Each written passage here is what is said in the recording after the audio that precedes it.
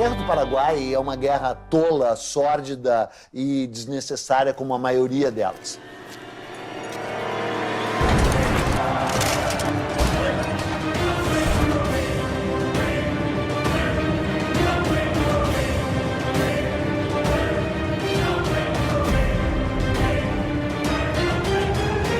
Uma guerra, a primeira vítima é a verdade.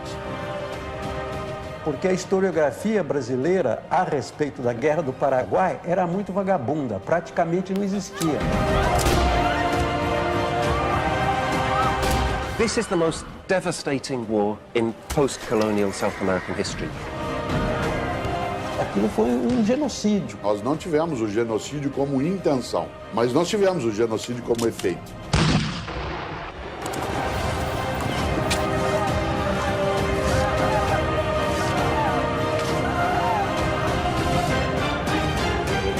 História é escolha.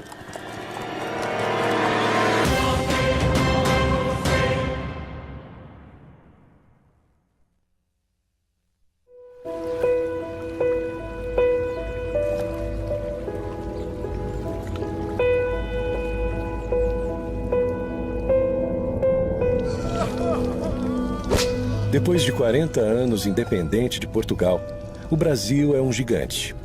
Rural, pobre, analfabeto e escravo.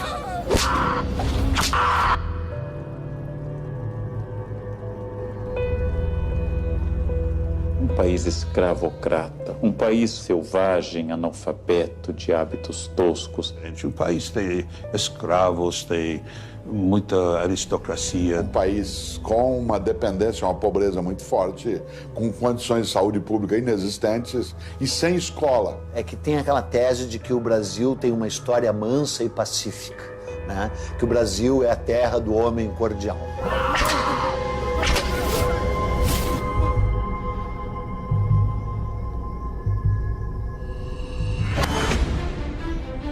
Em 1864, o Brasil é uma monarquia controlada por um homem de 38 anos, que está no trono desde os 14. Dom Pedro II. Apresenta-se Dom Pedro como um homem muito culto, mas ele é um homem muito despreparado. Quer dizer, você vê que é um homem a quem falta polimento, né? A quem falta todas as normas de civilidade. É um caipirão brasileiro. Pedro é um homem que tinha ideais e projetos, mas de fato não tinha vocação de governo. O Brasil enfrenta uma grave crise econômica e o sul do país começa a trazer notícias preocupantes. O sul do Império Brasileiro faz fronteira com 3 repúblicas: Uruguai, Argentina e Paraguai. O Uruguai está em guerra civil. Brasil e Argentina se unem para colocar o uruguaio Venâncio Flores no poder, beneficiando os comerciantes de Buenos Aires e os fazendeiros gaúchos, só que bloqueando a saída do Paraguai para o mar. Dejaba prácticamente sin chances al Paraguay en el sentido de poder contactar con el mundo exterior, recibir aprovisionamiento, Which would simply straggle our exports. Com esse novo cenário, o Paraguai, para usar a Bacia do Prata, precisa negociar com as 2 maiores potências da região. Paraguay o estaba con Argentina contra Brasil o con Brasil en contra Argentina, pero nunca al mismo tiempo con las 2 potencias mayores de la región. O Paraguai é governado por um também jovem de 32 anos, Francisco Solano Lopes.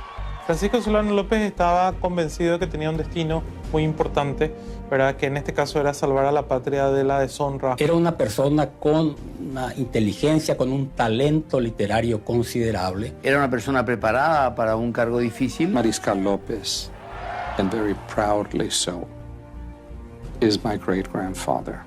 Sem dúvida, ele era um sujeito inteligente, perspicaz, ambicioso. Era um homem muito controverso. E dentre os mitos da guerra, um deles é de que o Solano Lopes era um estadista com uma visão extraordinária de um grande Paraguai. A very highly educated person. Evidentemente que ele teve alguns méritos, mas acima de tudo ele era um ditador. E era um ditador eventualmente obcecado. López era una persona que no sabía nada de economía. Como Luis XIV, era l'état c'est moi. Había conocido la corte de Inglaterra, la corte de Napoleão III. O Solano Lopes era um grande louco da América do Sul. Ele tinha sonhos de ser um Napoleão. This was a leader who had a certain vision of Paraguay. He had a certain vision of his own wisdom and his own strength, which was quite divorced from reality. Mas tu quer me dizer que o cara ia criar um paraíso na Terra, o Solano Lopes? É uma piada, né? The war had one commander from the beginning to the end on the Paraguayan side. O Solano Lopes havia arregimentado as suas forças, dando-lhes a certeza de que lutavam pela liberdade, por uma causa justa e pela pátria. Então isso fazia com que eles fossem indômitos. He conducted the adventure as a military adventure. Nos últimos 10 anos, o Paraguai fez seu exército crescer de 10 mil homens para quase 100 mil combatentes. Construiu uma linha férrea, a primeira da América do Sul, para ligar a capital a um campo militar. E também a primeira linha de telégrafo para se comunicar com a sua principal proteção no Rio Paraguai, o Forte de Humaitá.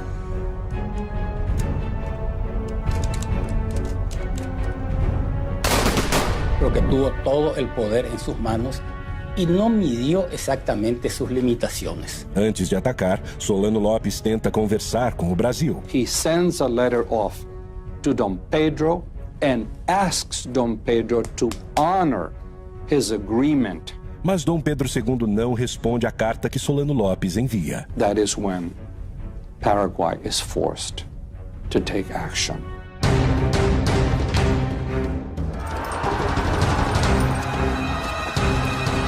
Pela primeira vez em sua história independente, o Brasil tem seu território invadido.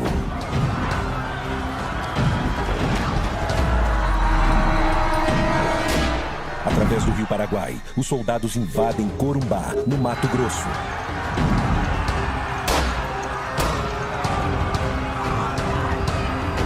De hecho, los paraguayos cometieron abusos en territorio brasilero y argentino. O exército paraguaio avança, deixando um rastro de destruição por onde passa. Os generais levam junto as suas esposas, que aproveitam para saquear as casas no caminho. Os invasores paraguaios de Mato Grosso saquearam, levaram a população civil forçada para Assunção, porque o Mato Grosso estava indefeso. Você não tinha força do exército do Mato Grosso.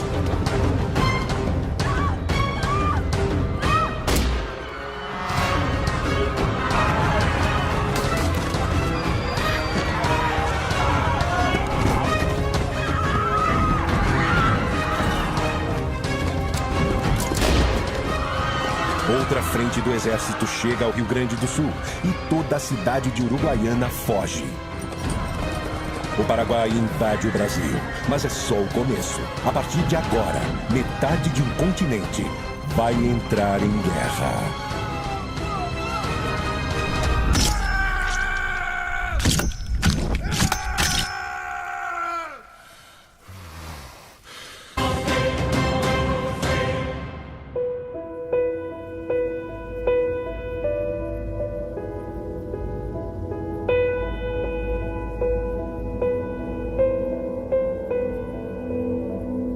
Pressionado pelas tensões políticas do Rio da Prata, Solano Lopes está em guerra com o Brasil. Em 12 de novembro, ele sequestrou o governador do Mato Grosso que passava pelo Rio Paraguai. E no final de dezembro, invadiu, saqueou e dominou cidades do Mato Grosso e do Rio Grande do Sul. Há uma série de especulações e teorias de quais seriam os reais motivos por trás do conflito. Economically speaking, it was the most successful economic story in all of Latin America. In reality, Brazil is already the power. In terms of population, in terms of economy, in terms of resources, Brazil is the power. There was no balance of power. A mí me parece que Paraguay era un mal ejemplo y era un lugar donde no entraban. A história mais maluca de todas da Guerra do Paraguai é esse mito de que o Paraguai era uma potência em crescimento. Eu me pergunto como a gente acreditou por tanto tempo nisso. Porque a historiografia brasileira a respeito da Guerra do Paraguai era muito vagabunda, praticamente não existia. O Paraguai não era um modelo de desenvolvimento para a região. Tinha uma população que era o dobro da do Uruguai, só que o comércio exterior dele era 6 vezes menor. Há uma teoria muito divulgada pela esquerda no governo militar brasileiro de que a Inglaterra tinha medo do crescimento paraguaio e por isso financiou a guerra. Inglaterra está construyendo un imperio mundial y no hay lugar en el planeta que le sea indiferente. Paraguay, as I said, is dependent on British technology. It is dependent on British money. Paraguay had not shut out Britain. Porque Paraguay ha desarrollado una autonomía que el gran imperio británico no puede aceptar. Tenía rasgos de protocomunismo, ¿no? Porque, por ejemplo, distribuyeron tierras a todos los habitantes, casi de estalinismo del siglo XIX, digamos. Allí donde hay la posibilidad de crear un mercado para las mercaderias que fabrica la Revolución Industrial. O mercado consumidor paraguaio não existia. A população não tinha poder aquisitivo, não existia um mercado consumidor. Segundo, mesmo que existisse, qual a lógica de você fazer uma guerra para abrir o mercado consumidor e destruir esse mercado? Não tem lógica. Appetite for some of the wealth that Paraguay had. Isso é ridículo porque o Paraguai não estava se industrializando, não tinha indústria pesada, não tinha nem indústria leve, quer dizer, não tinha indústria. Ponto. A arrecadação anual do Paraguai era de menos de 1 milhão de libras esterlinas. Brasil, Argentina e Uruguai juntos arrecadavam mais de 50 milhões. Argentina had an economy that was dependent on loans, and Brazil had an economy that was dependent on slavery. El imperio brasilero era esclavista, en la República Paraguay también era esclavista. Solo que había menos esclavos en el Paraguay, un porcentaje menor de la población. Há também outra versão que coloca Solano Lopes como louco, um Napoleão das Américas. O Solano Lopes, ele tinha delírios megalomaníacos. Ele queria fazer um grande Paraguai, pegando parte do Brasil, parte da Argentina e o Uruguai. All decision-making in Paraguay was centered upon himself. Os únicos papéis, documentos que a gente tem da época mostram que a Inglaterra tentou conter as maluquices do ditador Solano Lopes. Tem um Solano Lopes que é o ditador. Mas tem um Solano Lopes que é um ditador e que age com uma racionalidade. A Inglaterra não financiou a guerra. Tampouco o ditador paraguaio era louco. Invadir o Brasil é a opção que Solano Lopes encontra para negociar com o gigante vizinho. Na época, você atacava um país e a vitória era conquistar a capital inimiga. Obviamente, era inviável ao Paraguai conquistar o Rio de Janeiro. Solano Lopes manda seu exército tomar o sul do Mato Grosso, região que quer anexar ao território paraguaio, e o Rio Grande do Sul, para chegar até o Uruguai. Assim, ele tem mais força para negociar com Dom Pedro II e restabelecer a sua saída para o mar. Se ele não invadisse o Brasil, ele não teria causado a guerra. Só que Dom Pedro II não se rende e, em vez de negociar com Lopes, procura Bartolomeu Mitre, presidente da Argentina, e Venâncio Flores, presidente que colocou no poder no Uruguai, e forma, em 1º de maio de 1865, a Tríplice Aliança entre Brasil, Argentina e Uruguai. La Triple Alianza no quería saber absolutamente nada. Había que liquidar a Solano y lo que él representaba. Agora, oficialmente sozinho, Solano Lopes tem duas opções: negociar uma trégua e recuar sem derramamento de sangue, ou atacar os navios brasileiros que bloqueiam a sua saída para o mar.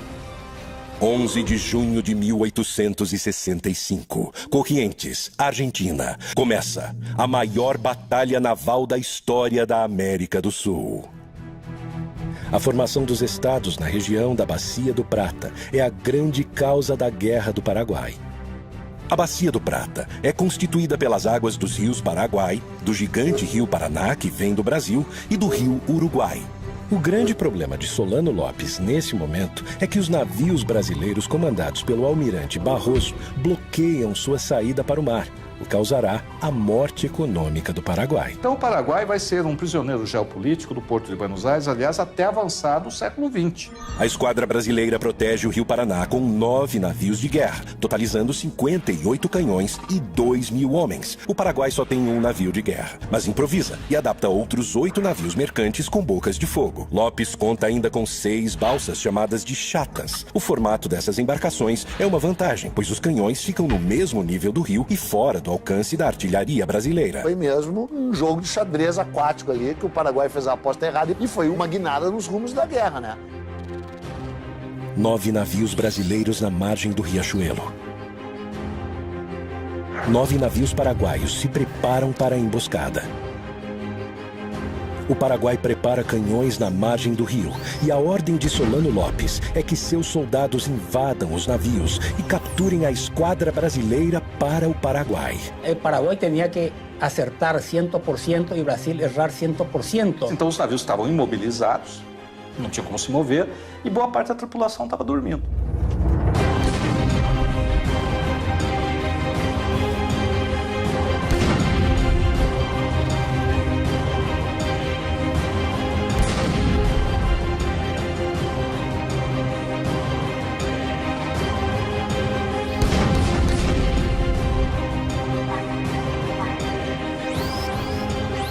ataque surpresa, o Paraguai leva vantagem no início da batalha, mas uma decisão do almirante Barroso vira o jogo para o Brasil. Inspirado pelo Ariete, uma antiga máquina de guerra usada para romper muralhas e fortalezas, Barroso aproveita as embarcações brasileiras revestidas de aço para estraçalhar a esquadra inimiga. Ele parte para cima dos vapores paraguaios e muda o rumo da batalha.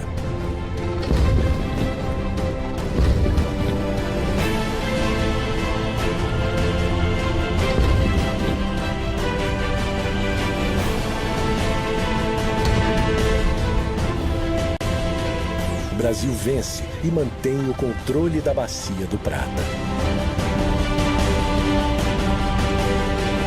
Anos depois, Dom Pedro II manda produzir um quadro épico sobre a batalha. E embora o quadro seja maravilhoso, ele cheira a mofo historiograficamente falando, né? Não foi assim que as coisas se passaram ali. Toda a história é fabricada. O Dom Pedro espertamente tentou fabricar a história brasileira, a sua versão oficial, que a gente continua acreditando até hoje, né? Saldo da Batalha do Riachuelo. O Paraguai tem 4 navios e 6 chatas afundadas e cerca de 300 mortos em combate. O Brasil tem 1 navio afundado e perde 100 homens. Os aliados mantêm o controle na Bacia do Prata e Solano está acuado em seu território. Solano começa a perder o controle da situação. A Tríplice Aliança se fortalece. O Paraguai invadiu e saqueou cidades brasileiras.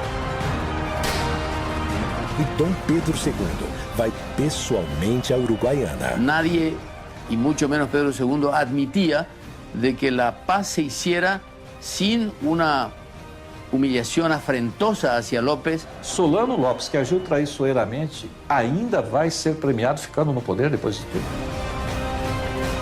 Não há mais volta. Dom Pedro II quer vingança.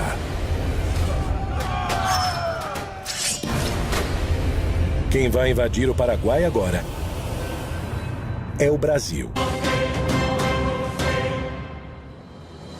Para completar o exército brasileiro, Dom Pedro II cria a campanha Voluntários da Pátria, homens que se alistam para lutar no Paraguai. Então, além de tudo, é uma guerra lutada por ex-escravos, escravos libertos, indígenas e voluntários da pátria, né? Porque voluntários da pátria é uma piada sensacional, né? O próprio imperador se nomeia voluntário da pátria número 1. Mas todos esperavam que fosse uma guerra como tinha sido sempre, né? Durava alguns meses e aí acabava. Quando a guerra se estendeu, as condições difíceis, não tinha perspectiva de fim. Então aí realmente a resistência à guerra foi muito grande. E esses soldados iam sem nenhuma preparação. Iam para a guerra assim como bucha de canhão, porque eram muitos, podiam morrer. Quem quer ir a uma guerra que no significa nada, que nunca escuchó hablar de algo que se llama Paraguay, hay que colocarse en la mentalidad del pueblo de aquella época. Es lo que se llamaba, en castellano se llama carne de cañón. Que muitos desses voluntários da pátria não eram exatamente voluntários, vinham agrilhoados, né? Vinham presos e aí eram apresentados como voluntários da pátria. Muitos dos cativos eram vendidos para substituir o branco que não queria ir lutar. Quer dizer, do momento que você pudesse comprar um escravo que fosse lutar no seu lugar, estava bem representado. Se você manda um escravo para a guerra, não é preciso dizer como é que o escravo era tratado no Brasil. Qual é a disposição que esse escravo tem em morrer pelo Brasil? Na Argentina, um problema ainda mais grave. Os governantes de Buenos Aires ordenam a toda a população pobre que entre na guerra. En la resistencia del pueblo argentino a ir a la guerra del Paraguay, murió más gente aquí adentro que en el frente de batalla. A população das províncias mais afastadas se nega a ir lutar em nome do povo argentino. En ese momento histórico, no se puede hablar de pueblo argentino. Se puede hablar de diferentes identidades regionales, sanjuaninos, mendocinos, entrerrianos, etc.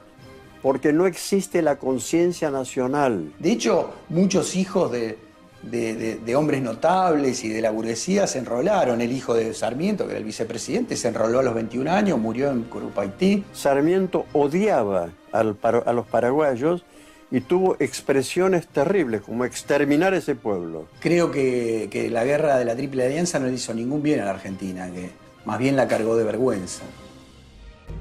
16 de abril de 1866. Com uma grande maioria de brasileiros, o exército aliado pisa em território paraguaio.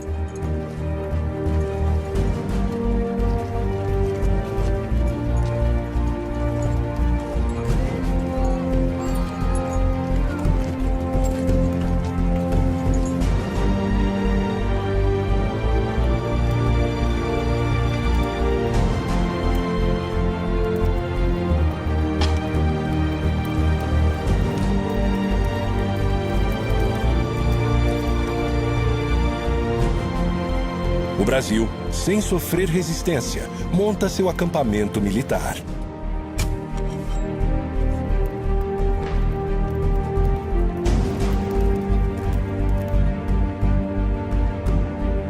Comerciantes e mulheres acompanham a tropa oferecendo todo tipo de serviço.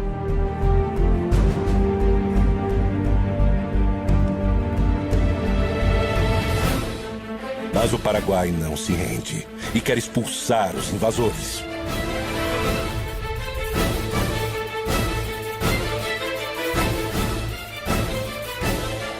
É fundamental em qualquer operação militar, seja no século XIX ou hoje, você conhecer o terreno que você vai agir. E não se conhecia o terreno. O acampamento militar fica na entrada do país, a 300 quilômetros da capital, Assunção, com uma imensidão desconhecida e pantanosa pela frente. Mas não se tinha um mapa do interior do Paraguai devido ao isolamento paraguaio. Ninguém conhecia o que era o interior do Paraguai. Só se conhecia Assunção. E é nesse momento que o Paraguai começa a montar sua emboscada. Está almoçando ali com os chefes o general Osório. A tropa que está mais na frente começa a debandar, começa a correr para trás para conseguir algum apoio e aí tem a matança. –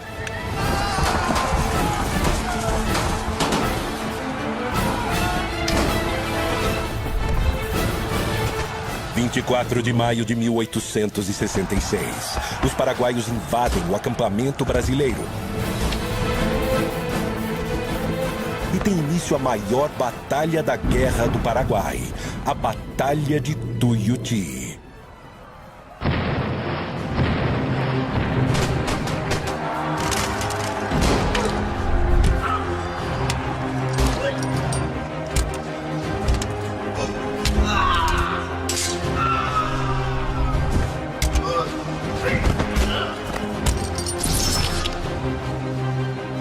Com o ataque surpresa, o Paraguai leva vantagem no início do confronto.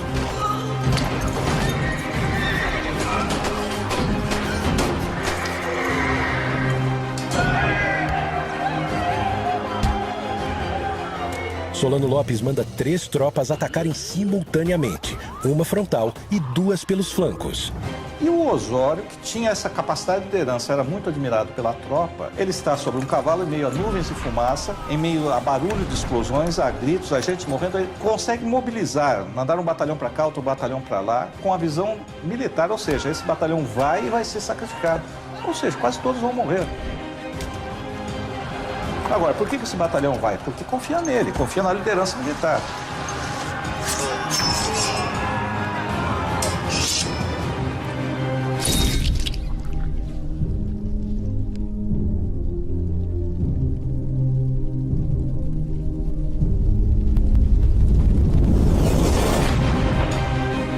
Então ele consegue distribuir e consegue reverter a guerra.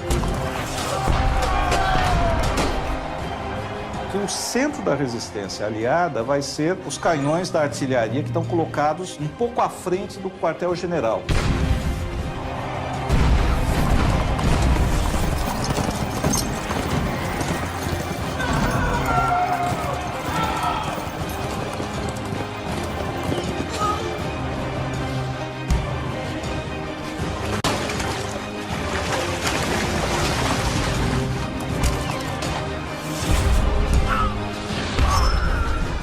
Lembrar que a guerra é uma coisa selvagem. O sujeito vai matar o outro, ele não está filosofando. Ele está com ódio.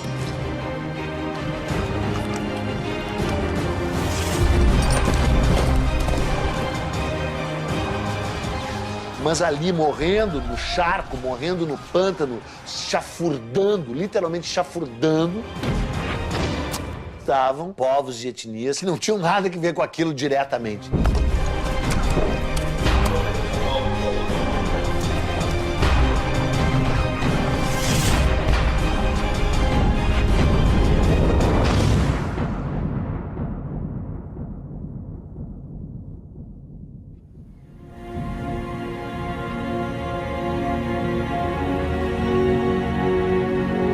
Como resultado da Batalha do Tuiuti, o Paraguai perde 13 mil homens, o melhor de seu exército.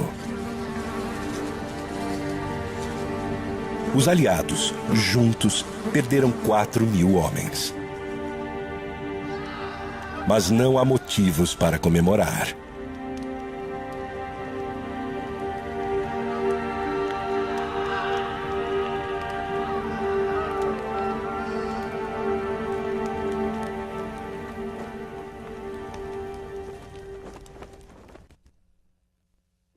Setembro de 1866. O Brasil continua acampado em Tuiuti e o Paraguai se protegendo no quadrilátero em volta da fortaleza de Humaitá. O Brasil teve que lutar contra uma fortaleza que ele próprio tinha construído para os paraguaios, né? E que se sabia inexpugnável. A fortaleza de Humaitá é a grande proteção do Rio Paraguai. Para chegar em Assunção, é preciso passar por ela. Construída anos antes com a ajuda de militares brasileiros, a fortaleza é um complexo defensivo composto do forte, da igreja e o rio era cercado com grossas correntes de ferro para impedir a passagem de navios brasileiros. Mas a fortaleza de Humaitá não é o maior obstáculo que o exército brasileiro tem pela frente. Em todos os casos, a maior parte das mortes foi causada não em combate, mas foi causada por cólera, por doenças, fome e frio. As condições dos hospitais militares são péssimas, desumanas, sem nenhuma estrutura. E brigas e indisciplina no acampamento são frequentes. Não há liderança. Dom Pedro II já está de volta ao Rio de Janeiro. Eu lembro um aspecto importante que as pessoas costumam esquecer. É o início da fotoreportagem. Os jornais todos vão publicar fotografias. Tem fotografias que sofrem, entre aspas, Photoshop. Quer dizer, parece que o Dom Pedro está no campo de batalha, mas não está. A fotografia foi tirada no estúdio. Aí botam ele lá no campo de batalha. A guerra parece ter chegado a um impasse, mas Dom Pedro II guarda uma surpresa, um novo aliado que irá redesenhar os rumos da guerra. 2 anos de guerra. O Brasil continua preso em seu acampamento e o Paraguai se fortalecendo em Humaitá. As condições do exército estão lastimáveis. Vai entrar em cena o maior militar brasileiro da história. É um homem que se transformou no único duque que o segundo reinado produziu. Duque de Caxias. E aí ele chega para pôr ordem na casa. E a primeira coisa que ele tem que fazer é restabelecer a disciplina. Por exemplo, os hospitais estão lotados, mas todos estão feridos. Aí ele descobre que 1/3 que está lá está simulando doenças. O Duque de Caxias dizia para quem quisesse ouvir que o exército brasileiro não tinha armas, estava despreparado e ia enfrentar um clima totalmente hostil. Os que foram para a guerra eram civis e contra a vontade em grande parte. E não tinham experiência militar. Então Caxias teve que treinar civis para a guerra, em plena guerra com o inimigo na frente. E ele vai remontar, vai disciplinar o exército, vai rearmar o exército, vai inovar. Para observar as posições paraguaias, Caxias manda trazer dos Estados Unidos balões de observação usados na recém-acabada Guerra Civil Americana. E o projeto mais ousado de todos, usando prisioneiros paraguaios, ele improvisa uma locomotiva e um trilho de 25 quilômetros de extensão para auxiliar na logística da guerra.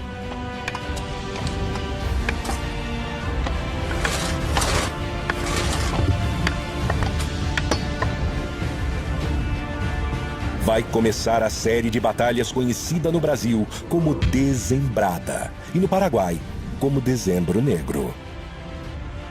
Caxias precisa tomar Assunção e para isso conta com 20 mil brasileiros e 5 mil argentinos. O Paraguai protege a capital com 5 mil homens. A esquadra brasileira derruba a fortaleza de Humaitá. Foi uma batalha terrível por uma fortificação que a engenharia militar brasileira cedeu ao Paraguai anos antes, já naquele barril de pólvora que era aquela bacia do prata inteira ali, né? Às margens do rio Itororó, a primeira batalha que o Paraguai resiste bravamente. Quem ataca nessa guerra até um determinado momento leva desvantagem. Porque o terreno não era favorável ao ataque, era favorável à defesa. 5 dias depois, Caxias avança sobre o rio Havaí, numa batalha épica, retratada posteriormente por Pedro Américo. Por fim, em Lomas Valentinas, Caxias destrói o que resta do exército paraguaio. Depois de um tempo, virou a guerra do Brasil contra o Paraguai, né? E o Brasil a manteve deliberadamente. 1º de janeiro de 1869. Caxias toma a capital Assunção. Mas a cada investida de Caxias, Solano foge, montando acampamento com seus filhos e sua esposa, Elisa Lynch. A irlandesa Elisa Lynch é a primeira dama do Paraguai. Ela acompanha Solano Lopes em quase todos os momentos da guerra. Ajuda com suas habilidades de enfermagem, mas não abre mão do seu luxo, nem nos acampamentos militares. Se conhecia o arte del buen vivir, a frivolidade, as expressões estético-culturais, etc. Solano a conheceu 10 anos antes da guerra, na agitada vida noturna de Paris.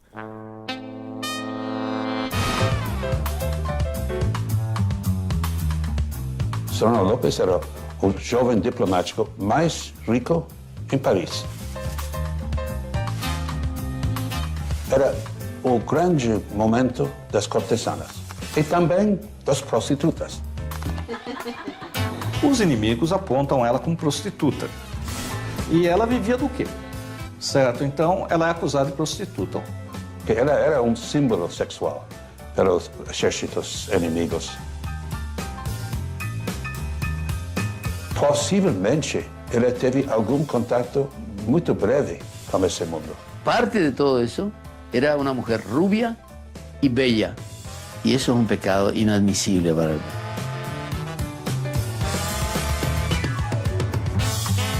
Até onde a gente sabe, Solano Lopes não teve uma relação de fidelidade com ela, não foi uma relação de monogamia. Num primeiro momento, talvez ela fique interessada por ele, pelo exotismo, mas no segundo momento eu acho que realmente ela se apaixona por ele e realmente é uma relação real, certo? Não é uma relação por interesses monetários, embora ela tenha saído rica dessa relação. Anos depois da guerra, Elisa escreve um manifesto onde se defende das acusações sobre o seu passado. Durante largo tiempo quedé en profundo silencio, aunque mi nombre ha sido explotado durante años por ciertas personas que me tenían como un prototipo de la prostitución y del escándalo, como si fuera una bestia humana que se complace e se deleita com o extermínio de uma sociedade. No mesmo manifesto, ela faz uma lista e reivindica a posse das terras que comprou enquanto primeira-dama. Só não explica com que dinheiro conseguiu comprar quase todo o Paraguai. Ela acabou sendo, em nossa opinião, a proprietária da terra maior do planeta. Todo o poder e terras de Elisa Lynch vem das mãos de seu marido. A grande maioria delas é adquirida nesse período em que a guerra já está praticamente decidida. Que sentido tinha seguir a guerra depois de 1868? Depois de 68 ele não vai ganhar, ele perdeu. Ele podia negociar a derrota. En 1868 la guerra estaba perdida, absolutamente perdida. Una guerra que obviamente ya para esa altura ya estaba perdida. Y cuando ya no había razones para seguir resistiendo, ¿para qué resistir? Solano Lopes dá ordens para que as cidades paraguaias sejam abandonadas à medida em que o exército inimigo avança. Assim, ele pretende evitar a vingança brasileira e um massacre ainda maior. Ele dá ordens da população civil sair, para os aliados não terem acesso a comida, a apoio, a informações. Só que essa população civil tem que sair, são basicamente o quê? Mulheres e crianças. Tem que sair forçadas, sem meio de transporte, sem comidas. Resultado, você tem uma mortandade da população civil que não tinha mais sentido militar. A destruição do Paraguai é feita pelos aliados? Evidentemente é feita pelos aliados, que estão avançando.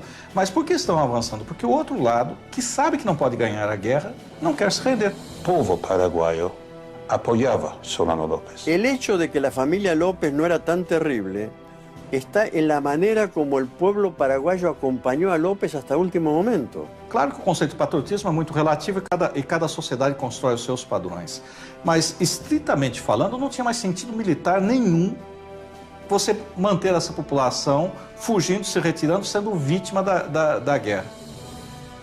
No rational leader would take on almost half the continent in a war. Solano López no podía tener un concepto bien delimitado, bien claro de la realidad. O Solano López estava bebendo demais, virou muito cruel. E não cabe dúvida, ele fez coisas que eram horríveis. Então ele mandou, por exemplo, prender a mãe, as irmãs, matou um irmão sob tortura, o outro morreu por exaustão física devido à perseguição dele, matou dezenas de pessoas. É a onipotência, a arrogância e o desprezo pela vida das pessoas que estão subordinadas a eles. Eu acho que nesse sentido Solano Lopes é igual a Stalin, que é igual a Hitler. Janeiro de 1869. Com a capital tomada, o Paraguai não representa mais perigo aos aliados da região do Prata. E para Caxias, é o fim da guerra. Tem uma frase do Caxias que diz que ele não era coveiro. Para vencer a guerra do Paraguai, como se pretendia, teria que matar o último paraguaio no ventre da sua mãe. Ele se recusou a fazer esse papel. Mas Dom Pedro II está obcecado atrás de Solano Lopes. From that point on, it was a war of vengeance against o Mariscal López. Sem Caxias, o comando vai para o seu genro, o francês Conde de. Nesse conflito, ficou claro o quão violento e eventualmente sanguinário até o Brasil pode ser. Enquanto continua sua fuga, Solano Lopes usa o que sobrou da população para retardar o avanço brasileiro. Cumprindo ordens de Solano, o general Cabaleiro comanda crianças para lutar com o exército inimigo. Teve um grau de crueldade e violência do exército brasileiro, né, desmedido.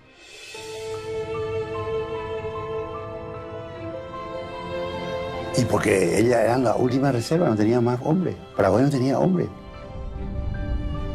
Fanatismo de resistência paraguaio, né? Manda crianças para lutar contra o exército e de como esse exército aceita a luta e mata essas crianças. Dice que esos niños de Acostañú fueron el escudo para proteger a Solano López. Eso demoró el avance del ejército aliado. Y sí, fue eso. Cabaleiro prestava contas diretamente a Solano Lopes. As crianças, 12, 13, 14 anos, no meio do mato, estavam com barbas postiças para parecer adultos para amedrontar a tropa que vinha, que era uma tropa basicamente brasileira. Es una situación de locura generalizada, solo atribuible a este tipo de guerras, ¿no? Los niños de antes, o de hace 100 años, y en 150 años, y en esas circunstancias, son diferentes. Ciertamente a los 14 años muchos niños se enlistaban, que los niños se iniciaban sexualmente cuando se desarrollaban, y era natural, digamos. 16 de agosto de 1869, a última grande batalha da Guerra do Paraguai. A Batalha de Acostañú. 4.000 homens do exército brasileiro massacraram cerca de 200 mulheres e crianças. Então, quando a tropa chega em cima, é uma tropa que está lutando há 4 anos e meio. Chega sobre essas pessoas, não dá tempo de saber se era criança ou não, e quando sabe que é criança, já está envolvido e aí é a matança. En la guerra se aplicó una crueldad inútil para niños indefensos y además de indefensos, absolutamente desnutridos, casi en estado de inanición. Quem envia crianças para uma guerra contra soldados profissionais, o que pode ocorrer?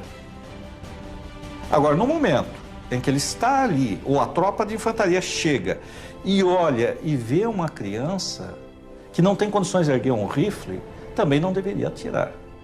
O Solano colocou crianças na linha de frente para retardar o avanço brasileiro. O Conde de avançou sobre crianças, matou mulheres, matou velhos. En realidad los niños no fueron a la guerra vino hasta los niños.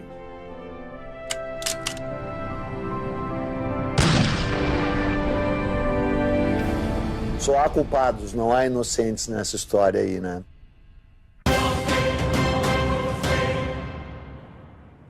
O Brasil queria garantir a sua navegação nos rios do Prata. E o Paraguai também. Essa região sempre foi uma região conflagrada.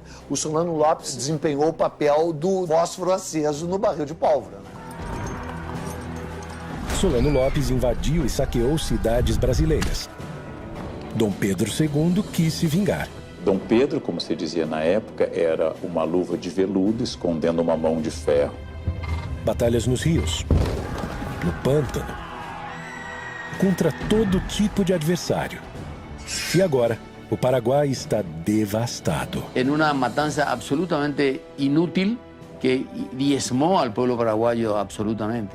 Os números mais fiéis indicam que o Paraguai tinha uma população em torno de 500 mil pessoas antes da guerra. Doenças e combates foram responsáveis por mais de 300 mil mortes, 60% da população. Do lado brasileiro, com uma população de 9 milhões de pessoas, morreram cerca de 75 mil brasileiros, menos de 1% da população. Toda a força dos países aliados destruiu o pouco que esse país agrário tinha. O nosso exército cometeu aquilo que eu chamei de genocídio. Tecnicamente pode até não ser, mas na prática, no sentimento que a gente tem e nos números da mortandade provocada, aquilo foi um genocídio. Olha, genocídio é forte demais, né? Embora se assemelhe a isso, né? Genocídio é uma coisa, massacre é outra. Fue realmente una catástrofe demográfica. Estamos hablando de 300.000 personas, ¿verdad? 3 de cada 5 paraguayos murió a lo largo de 6 años. Quer dizer, o Paraguai é o maior perdedor, sem dúvida nenhuma. História é escolha. Chamar de genocídio dependerá do momento. Usá-lo com propriedade, no meu entender, em relação à Guerra do Paraguai, de onde foi a intenção, jamais. Onde nós chegamos, sem dúvida. Para a conquista ser completa, Dom Pedro II ainda precisa encontrar Solano Lopes. Mas sua busca está próxima do fim. 1º de março de 1870. Acampamento de Cerro Corá, norte do Paraguai. Porque a ordem que o imperador tinha dado e o objetivo da guerra não era matar Solano Lopes, era retirá-lo do poder. In a very macabre scenario on the battlefield of Cerro Corá. É um caos ali, fogo, fumaça, gritos, é tudo muito rápido. Ele tenta fugir a cavalo. E o Chico Diabo, né, o nosso cabo, lançou. O cabo Francisco Lacerda fere a virilha de Solano Lopes e um tiro brasileiro mata o seu filho, Pantito Lopes. Elisa Lynch se enrola em uma bandeira britânica e consegue sobreviver. Foi fácil identificá-lo porque ele era o único gordo. São os últimos momentos de Solano Lopes. E aí, segundo a descrição do general Câmara, Solano Lopes está no riacho, ele dá ordem para que ele se renda. Solano Lopes pega a espada e diz que não se entrega e morre com a sua pátria. E um soldado, quando viu Solano Lopes erguer a espada, deu um tiro. Ele já estava mortalmente ferido, mas o tiro vai levá-lo à morte.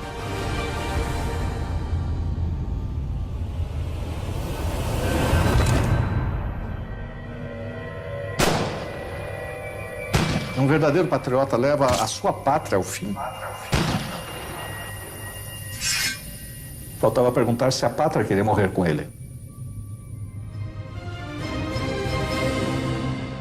E chega ao fim a Guerra do Paraguai. General Câmara leva a honra de capturar o ditador. Também leva a irmã de Solano Lopes e tem com ela uma filha. General Bernardino Cabaleiro agora se alia aos brasileiros, passa um tempo morando no Rio de Janeiro e volta para ser presidente do Paraguai, fundador do Partido Colorado, o mesmo partido que em 2015 governa o Paraguai. Elisa Lynch é bem tratada pelo exército brasileiro, volta a Paris e morre anos depois, sem conseguir recuperar suas terras. Hoje, Elisa é Madame Lynch, heroína do povo paraguaio. Apesar de ganhar a guerra, Dom Pedro II não saiu vitorioso. Afundou o Brasil em dívidas com bancos europeus e ainda fortaleceu o exército brasileiro, que na década seguinte, liderado por ilustres participantes da Guerra do Paraguai, transformaria o país em uma república, tomando o poder do imperador. Francisco Solano Lopes, odiado pelos paraguaios nos anos pós-guerra, passa por um tratamento de imagem no século XX. E hoje é o grande herói nacional, enterrado em um panteão dos heróis em Assunção. Lo que hicieron con Paraguay fue transformarlo en un país más pobre, más destruido, digamos, lo liquidaron a Paraguay. Todos perdieron finalmente, todos calcularon mal. It's time to be honest with our past and sincere with our own history. Es un golpe muy serio para la monarquía brasilera, que reveló una gran ineficacia en el manejo militar. The responsibility rests with successive Brazilian governments. É uma página sórdida da história do Exército Brasileiro. Não foi uma guerra em defesa da liberdade, não foi uma guerra para salvar a honra do Brasil. Os nossos soldados não foram heróis. Brasil, Argentina, Uruguai e Paraguai resolveram com ódio e sangue inocente suas questões econômicas. Será que o tempo foi capaz de apagar todas as marcas?